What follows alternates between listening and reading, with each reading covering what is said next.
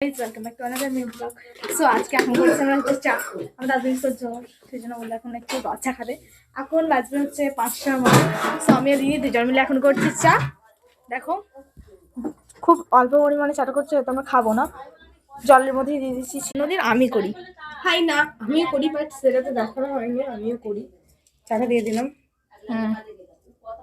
দিয়ে দিয়েছি। এবার দেবো হচ্ছে নুন। স্যার ওটা চিনি দিয়ে দিয়েছিলাম, নুনটা দিয়ে দিচ্ছি। এবার